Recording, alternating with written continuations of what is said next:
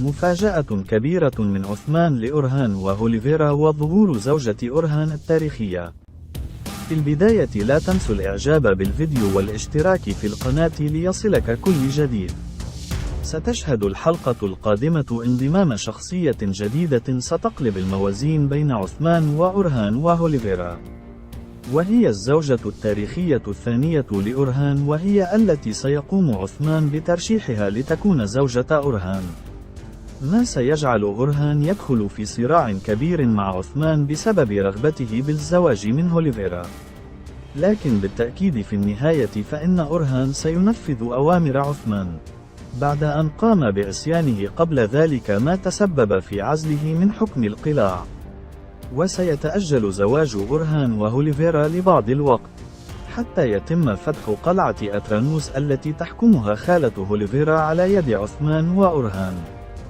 وبعدها فإن زواج أورهان وهوليفيرا سيتم، وهي الزوجة الأولى تاريخيا لأورهان.